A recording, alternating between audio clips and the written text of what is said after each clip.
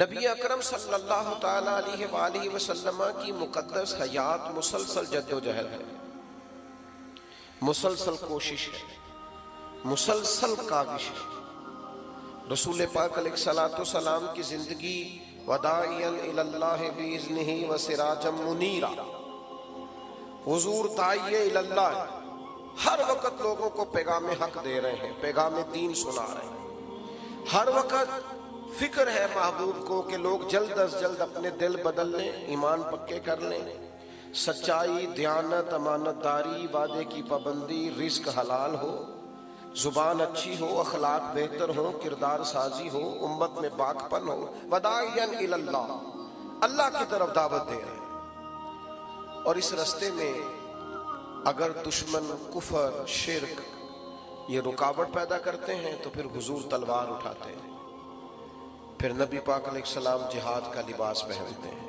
پھر حضور صحابہ کو تیاری کراتے ہیں، پھر محبوب پاک علیہ السلام نے اس طرح کام فرمایا، اس طرح عملاً جد و جہد کی کہ اگر صحابہ خندق کھود رہے ہیں تو حضور بھی چٹانیں توڑ رہے ہیں۔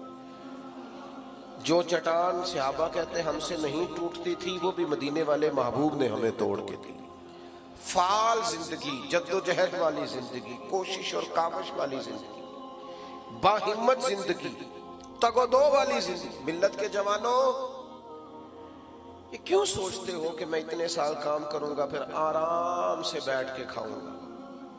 کیوں آرام سے بیٹھے؟ یہ جو عشق ہوتا ہے یہ کوئی آرام سے بیٹھنے دیتا ہے؟ یہ جو محبت ہوتی ہے یہ کوئی آرام سے بیٹھنے دیتی ہے؟ اقبال کہنے لگے وقت فرصت ہے کہاں کام ابھی باقی ہے، وقت فرصت ہے کہاں کام ابھی باقی ہے، نور توحید کا اتمام ابھی باقی ہے۔ 4.5 ارب کافر کو مسلمان کرنا ہے۔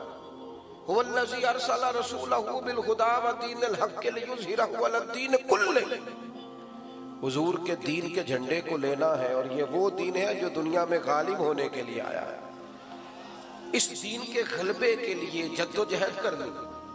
نبی پاک علیہ الصلوۃ والسلام فتح یاب ہو کر پورا، اللہ کے رسول علیہ الصلوۃ والسلام نے فتح، ان فتحنا لک فتحا مبینا اذا جاء نصر اللہ والفتح، پوری فتح اللہ نے دی، مکمل دین کر کے رسول پاک نے عطا فرمایا۔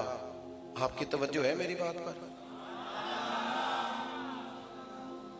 لیکن حضور کے وصال ظاہری کے فوراً بعد کیا ہوا؟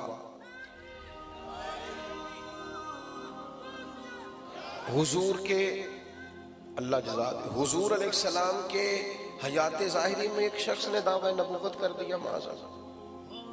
حضرت ابوبکر صدیق کا زمانہ آیا تو وہ ایسا نہیں تھا کہ اب فتوحات ہو چکی ہیں، اب مکہ بھی فتح ہو چکا ہے تو ابوبکر صدیق نکلا کریں گے اور آرام سے ممبر پہ بیٹھیں گے اور حالات بڑے سازگار ہوں گے اور روٹین میں کام، ایسا نہیں ہوا۔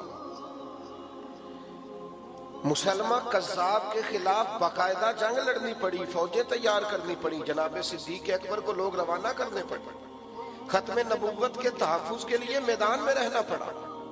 پھر منکرین زکوٰۃ پیدا ہو گئے، ہم زکوٰۃ نہیں دیں گے، پھر جناب صدیق اکبر کو اس کے لیے تلوار اٹھانا پڑی۔ مشورہ دیا گیا،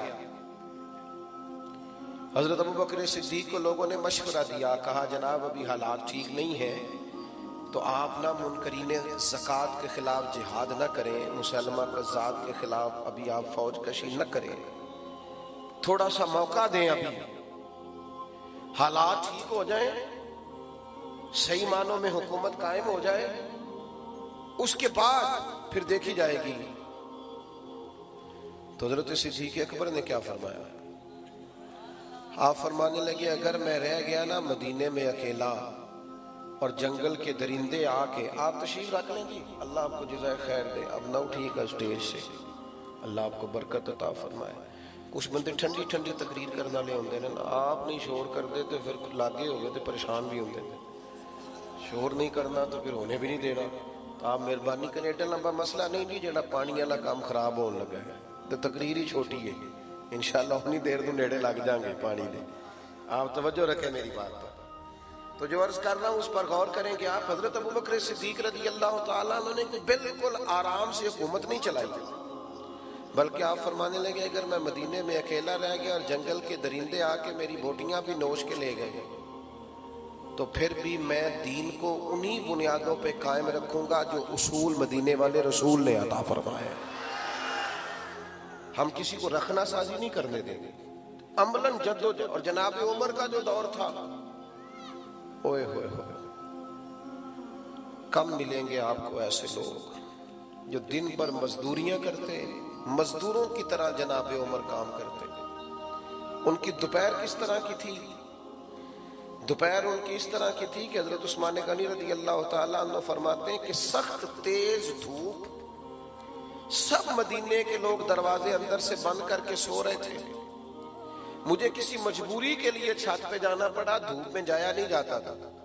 تو میں نے دیکھا دور سے ایک بوڑھا اونٹ ہانکتا ہوا آ رہا ہے، تو میرے دل میں خیال آیا یار عصر کے بعد اونٹ چرا لیتا. یہ کوئی ٹائم تھا؟ عصر کے بعد چرا لیتا، ہر بندہ سو رہا ہے، یہ بھی آرام کرتے. فرماتے ہیں میں نے سوچا یہ قریب آتا ہے تو سمجھاتا ہوں. میں جب اتر کے چھت سے دروازے کے رستے گلی میں آیا، جب تک وہ قریب آ گئے تھے انہیں دیکھ کر تو میرے آنسو ہی نکل گئے. یہ عام آدمی تو نہیں، یہ تو امیر المومنین عمر ہے. کڑاکے کی دھوپ اور اونٹوں کو لیے آ رہے ہیں. میں نے عرض کی امیر المومنین آپ آرام کرتے؟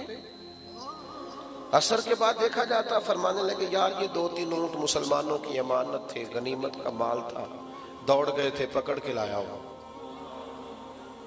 تو کہتے میں نے جلدی سے عرض کی، میں نے کہا حضور کسی غلام کو کہہ دیتے، گرمی اتنی سخت ہے. فرمانے لگے جس طرح سارے سو رہے تھے غلام بھی سو رہے تھے، اور ویسے بھی ذمہ داری غلام کی نہیں، ذمہ داری میری ہے. یہ نہ ہم سو گئے، ہم نے آرام کیا، ہم نے دوسروں پہ ڈال دیا. ہم نے کہا مینوں اتبار بڑا ہے، ان بڑے بندے نے کام کرنا ہے، اب فلانا کر لیں. ڈیوٹیاں ہی نہیں کی، ذمہ داریوں کا احساس ہی نہیں کیا. وہ کام جو ہمارے، اور پھر دور حضرت عثمان غنی کا آیا. اچھا دن بھر یہ ڈیوٹی جناب عمر کی، اور رات لوگ سوتے تھے اور جناب عمر چہرے پہ کپڑا ڈال کے گلیوں میں گھومتے تھے. اپنی زندگی جدوجہد کے ساتھ گزاری، جدوجہد کے ساتھ. حضرت عثمان غنی کا زمانہ مبارک آیا، چاروں جانب سے فتنے. حضرت عثمان کا گھر گھیر لیا گیا، قتل کی تیاری ہو گئی. عثمان ڈٹے ہوئے ہیں. ان مشقتوں کے بیچ بھی سیدنا عثمان فرماتے ہیں مجھ سے میرے نبی نے فرمایا کہ عثمان اللہ تمہیں قمیض پہنائے گا، لوگ اتارنا چاہیں گے اتارنا مت. میں یہ قمیض اتار نہیں سکتا، سوال نہیں پیدا ہوا. سخت ترین 40 دن پانی نہیں ملا، کھانا نہیں ملا حضرت عثمان غنی کو. یہ شہادت گاہ الفت میں قدم رکھنا ہے. لوگ آسان سمجھتے ہیں مسلمان ہونا، زخم پہ زخم کھا کے جی، خونے جگر کے گھونٹ پی، آہ نہ کر لبوں کو سی، یہ عشق ہے کو دل لگی نہیں. تو نے آسان سمجھ لیا ہے. لوگ میں جی لاڈلا ہوتا ہوں فلانے کا، او تو گھر بیٹھا ہی لاڈلا بن گیا، تو کو نہیں لاڈلا. لاڈلے تو میدانوں میں ہوتے ہیں، لاڈلے تو میدانوں میں ہوتے ہیں. اور مولا علی شیر خدا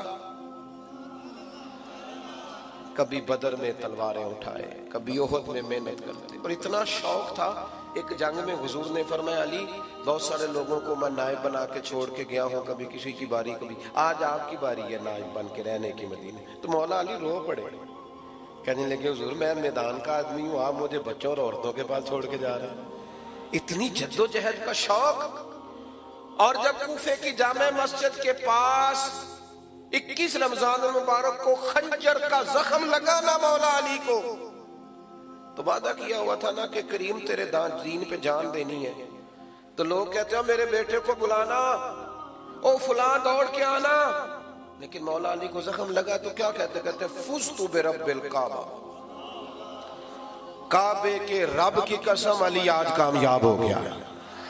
اور لے سجنا سا توڑ نہیں بھائی، آ جان بھی دیتی تیرا تیرے. اپنی زندگی جدوجہد والی بنائے. امام حسن بھی شہید ہوئے، زہر دیا گیا، شدید تکلیف. لیکن کمال پتہ کیا ہے میرے محبوب کی اولاد کا؟ کمال پتہ کیا ہے؟ زخم جتنے مرضی گہرے ہوں، حالات جتنے مرضی خطرناک ہوں، لیکن ان کے اخلاق، ان کا کردار، ان کی وزاداری، ان کی خاندانی وجاہت ان کے وہ کمالات ایک منٹ کے لیے بھی ان میں فرق نہیں آیا. اور پیچھے بولو نا دوستو، او بھائی نہ بولو جو بالکل اینڈ پہ ہو، خاموشی سے بات سنو. یہ چپ کرانے والے ذرا چپ کر دو. دوستو وزاداری میں فرق نہیں کسی قسم کا. زخم آ گیا ہے، زہر دیا گیا ہے، وجود اندر سے کٹ رہا ہے، تکلیف شدید ہے، تو امام حسین تشریف لے گئے. کہنے لگے بھائی جان آپ کو کس نے زہر دیا ہے، کچھ بتائیں. تکلیف سے پوچھتے ہیں، درد سے. امام حسین رو رہے ہیں تو امام حسن فرمانے لگے حسین میں نہیں بتاتا تجھے. کہ نہیں بتائیں نا. آپ فرمانے لگے اگر تو وہ نہیں ہے جس پر مجھے شک ہے تو پھر میں کسی بے گناہ کا نام تمہیں نہیں بتاؤں گا. تو اگر وہی ہے جس پر مجھے شک ہے تو پھر بھی اللہ تم سے بہتر انتقام لینے والا ہے. میں نے اپنا فیصلہ اپنے رب کی عدالت میں چھوڑا. وزاداری، درگزر، باہمت زندگی. ہم پتہ نہیں کیوں اتنی جلدی تھک گئے. میری ملت کے جوان آرام کر رہے ہیں موبائل لے کے صوفے پہ لیٹے ہوئے، کتنے گھنٹے گزر گئے. ابا جی کا پانی کا گلاس مانگتے ہیں تو بھی ان کا دل کرتا ہے کوئی اور ہی دے دے، کیونکہ وہ تو بڑے محب ہیں. اس طرح زندگی میں آپ کچھ نہیں کر سکیں گے. باصلاحیت ہونے کے باوجود کچھ نہیں کر سکیں گے. آپ اچھی ڈگری رکھنے کے باوجود کچھ نہیں کر سکیں گے.